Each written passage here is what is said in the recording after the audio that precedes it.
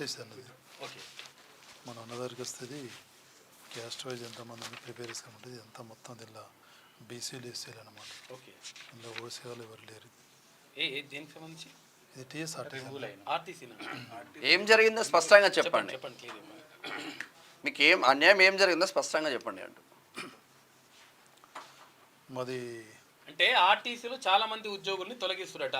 కారణం చెప్తానంటే చిన్న చిన్న కారణాలతో, ఒక రోజు రాలేదు, 2 రోజులు రాలేదు, సెలవు లేకపోతే జ్వరం వచ్చిందని చెప్పేసి ఆ కారణాలతోటి డ్రైవర్లను, కండక్టర్లను, వీళ్ళని ఆ చిన్న చిన్న ఉద్యోగులు ఎవరైతే ఉంటారో వాళ్ళందరినీ కూడా తొలగిస్తారు. అందులో ప్రధానంగా బీసీలే ఉంటున్నారట. ఆ విషయం పేరు అదేనా?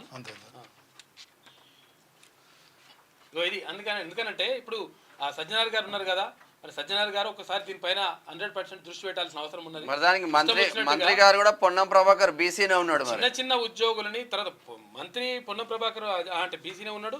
ఇక్కడ బీసీ సంక్షేమ శాఖ మంత్రితో పాటు ఇక్కడ ఇది కూడా ఏది రోడ్డు రవాణా శాఖ మంత్రి కూడా ఆయనే ఉన్నాడు. దానికి సంబంధించి కూడా 100% మంత్రి కూడా దీనిపైన దృష్టి పెట్టాలి. ఎంత మందిని తొలగించారండి ఇప్పటి వరకు? మొత్తం 400 మంది. రాష్ట్రం మొత్తం 400 మందిని ఉట్టినే తీసేస్తున్నట్టు. ఉట్టినే కారణాలు ఏం చెప్తున్నారు? చిన్న చిన్న మిస్టేక్లు అండి. మేము ఇప్పుడు టిమ్ మిషన్లు వచ్చినాయి, అందులో కొన్ని ప్రాబ్లమ్స్ ఉంటాయి, టెక్నికల్ ప్రాబ్లమ్స్ చాలా ఉంటాయి. అందులో టికెట్ ప్రింట్ రాకుండా ఇప్పుడు కొత్త మాలక్ సిస్టమ్ వచ్చింది. ఇప్పుడు లేడీస్ జెంట్స్ ట్రాన్స్ఫర్ అయినా కానీ ఇప్పుడు మొగల దగ్గర 0 టికెట్ అనుకోండి, డబ్బులు తీసుకున్నప్పుడు టికెట్ ఇవ్వలేరు, 0 ఇచ్చారు. అది కూడా పెద్ద సమస్యనే ఉన్నది. ఇక అదైతే గవర్నమెంట్ పాలసీ కాబట్టి దాని గురించి ప్రస్తావించలేం. కానీ మమ్మల్ని చిన్న చిన్న పొరపాట్లు ఇప్పుడు డ్రైవరు, ఎందుకంటే రోడ్డు మీద నడిచేది కాబట్టి డ్రైవర్కు ఎదురోడు వచ్చిన బాధనే, మేము పోయినా బాధనే. కండక్టర్లకు వాళ్ళు పైన టికెట్ తీసుకోకుండా మా పైన, మేము ఇవ్వకుండా మా మీదనే. మా వల్ల కూడా తప్పులు జరుగుతాయి, ఒక్కోసారి మిస్ కూడా కావచ్చు. ఇప్పుడు నిన్నగా మొన్న ఒకటి జరిగింది, ఇట్లా చేతిలో పైసలు పట్టుకున్నారు, టికెట్ ఇచ్చే లోపల చెకింగ్ వచ్చారు. టికెట్ ఇస్తా ఉంటే మమ్మల్ని చూసి మీరు టికెట్ ఇస్తారు అని చెప్పేసి కేసు రాసేసారు. కండక్టర్ డబ్బులు తీసుకున్నారు, టికెటే లేదని. ఇలాంటి చిన్న చిన్న పొరపాట్ల వల్ల ఈ 400 పైచీలకు మందిని మమ్మల్ని పర్మనెంట్ రిమూవ్ చేసిర్రు. సస్పెన్షన్ కాదు, రిమూవ్ చేసిర్రు. అంటే దొంగలేమో మంచి ఆరాంసే రాజకీయాలు చేసుకుంటుంటారు, చిన్న చిన్న తప్పులకు సర్వీస్ రిమూవ్ చేస్తారు. ఇప్పుడు ప్రధానమైన విషయం ఏంటంటే, ఇప్పుడు సజ్జనార్ సార్ తెలంగాణ ఆర్టీసీకి 2021 ఆగస్టులో ఇచ్చాడు. ఓకే, అంటే జనరల్గా ఆర్టీసీ ఉన్నటువంటి స్టాండింగ్ ఇన్స్ట్రక్షన్ ఏంటంటే, ఏ ఎండి గారు కానీ పోలీస్ డిపార్ట్మెంట్ నుంచి డిప్యుటేషన్ వస్తారు, వాళ్ళు ఏంటంటే మినిమం 2 సంవత్సరాలు, మ్యాక్సిమం 3 సంవత్సరాల కన్నా ఎక్కువ ఉండడానికి వీల్లేదు. కానీ ఈసారి వచ్చి మాత్రం 3 సంవత్సరాల పైచులు 3.5 సంవత్సరాలు అవుతున్నది. ఇప్పుడు ఈ 400 మంది కార్మికులను ఇది పాత గవర్నమెంట్ ఏదైతే కేసీఆర్ గవర్నమెంట్ తొలగించింది. ఓకే, ఇప్పుడు ఎలక్షన్లలో వీళ్ళు ఏం చెప్పినట్టు, ఇప్పుడు మొత్తం వీళ్ళు ఎలక్షన్ల క్యాన్వసింగ్ అప్పుడు మేము ఆర్టీసీ వాళ్ళని ఏంటంటే మొత్తం మిమ్మల్ని ఏంటంటే కన్న బిడ్డలా చూస్తూ మిమ్మల్ని అందరినీ రీఇన్స్టేట్మెంట్ చేస్తామని చెప్పి వీళ్ళు చెప్పిండ్రు. ఇప్పుడు ఈ గవర్నమెంట్ ఏర్పాటు అయిన తర్వాత ఈ ప్రజాభవన్కు దాదాపు ఏంటంటే ఇప్పుడు ఇవాళ పోతే మొత్తం 8 సార్లు పోయినప్పుడల్లా ఆ చిన్నారెడ్డి సార్ అక్కడ ఉంటాడు, తర్వాత దివ్య మేడం ఐఏఎస్ ఆఫీసర్ ఉంది, పోయినప్పుడల్లా ఆర్టీసీ ఫోన్ చేయగానే కొంచెం ఒక ఈడీ, ఒక పర్సనల్ ఆఫీసర్, ఒక డిప్యూటీ సిబిఎం వస్తారు. పోయిన ప్రతిసారి వారం రోజులు, 10 రోజులు, 2 నెలలు రీఇన్స్టేట్ చేస్తామని చెప్తున్నారు. వీళ్ళందరూ ఇప్పుడు ఈ 400 మంది కార్మికులు చిన్న మిస్టేక్లు, ఉదాహరణకి ఏంటంటే వీళ్ళు డ్రైవర్లు బస్సు నడుపుకుంటూ పోయేటప్పుడు అన్ఫార్చునేట్ ఒక ఫోన్ వస్తే ఫోన్లో మాట్లాడగానే దాన్ని ఎవరో ఒక ప్యాసింజర్ వీడియో తీసి దానిలో పెట్టగానే కథం ఇతను డ్యూటీ నుంచి డిపోకు చేరకముందే సస్పెండ్ చేస్తున్నారు. ఇప్పుడు నేనేమంటున్నానంటే సజ్జనార్ సార్ మాట్లాడితే మనం ఎంకరేజ్ చేయొద్దు, కానీ కాకపోతే అంటే నిలిచినప్పుడు మాట్లాడొచ్చు. Right, okay. డ్రైవింగ్ చేసుకుంటూ ఫోన్ మంచి అయితే ఇప్పుడు నేను వాళ్ళదే సార్, ఫోన్ ఆన్లైన్ రిజర్వేషన్ ఉంటుంది. అయితే బ్రదర్ ఇప్పుడు నేననేది ఏంటంటే, ఇప్పుడు అన్ఫార్చునేట్గా తను బస్సు నడిపేటప్పుడు ఫోన్ అత్తి ఇట్లా మాట్లాడి ఒక 2-3 సెకండ్లని జేబులు వేస్తాడు. సేమ్ అదే ఆర్టీసీ మేనేజ్మెంట్ ఇదే డ్రైవర్తోని బస్సు నడుపుకుంటే టిమ్ మిషన్ ఇచ్చింది. టిమ్ మిషన్ ఆపరేటర్స్ టికెట్ ఇవ్వాలంటే ఒక 20-30 సెకండ్ల టైం పోతుంది. అంటే అది వాళ్ళ అవసరానికి కాబట్టి దాన్ని ఏం చర్యలు. తర్వాత నువ్వు డ్యూటీకి లేట్ వచ్చావని చెప్పి ఇంటికాడ భార్య పిల్లలు హెల్త్ బాగా లేకపోతే సిక్ చేసిన దానికి ఇట్లా చిన్న చిన్న కారణాలతోని టోటల్గా అంటే శాశ్వతంగా ఉద్యోగం సర్వనాశనం చేద్దామని చూస్తున్నారు వీళ్ళు.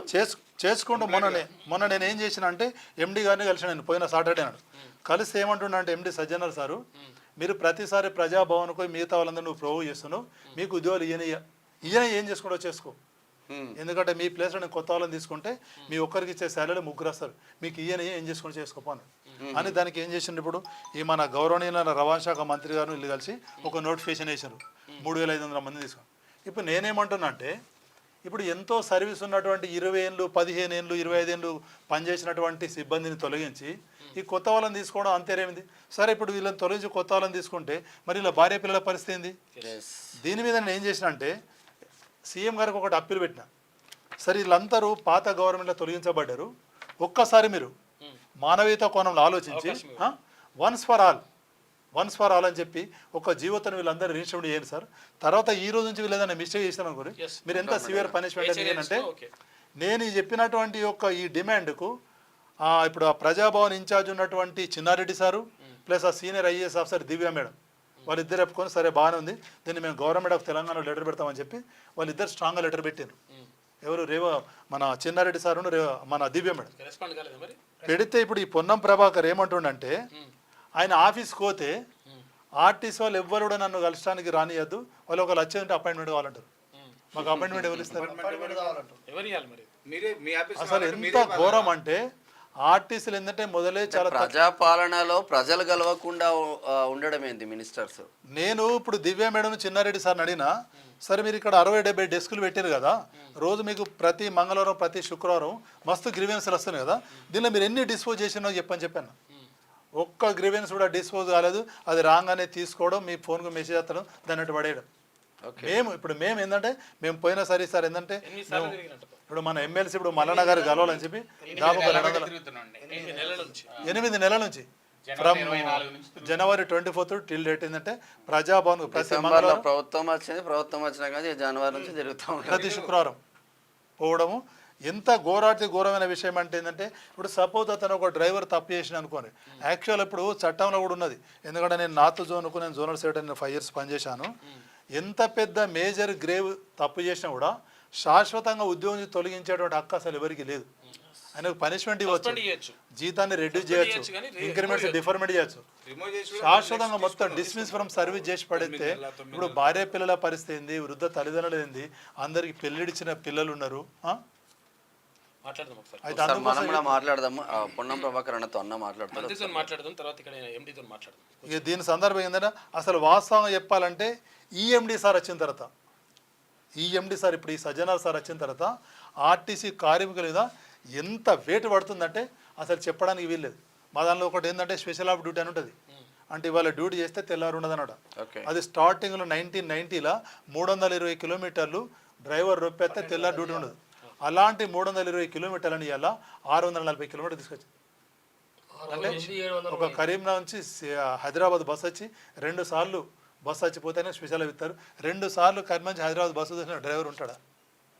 ఇలాంటి ఏంటంటే కక్ష సాధింపు చర్యలతోని మేము ఎందుకంటే మరి ఇప్పుడు ఈ గవర్నమెంట్ ఏర్పాటైందల్లా మేము కూడా కాంట్రిబ్యూటర్లు, ఆర్టీసీ వాళ్ళం, మేము కూడా రోడ్ ఎక్కినాం, మేము ఓట్లు వేసినాం, మా బంధువులతో ఓట్లు వేసినాం, అందరినీ మేము మోటివేట్ చేసినాం.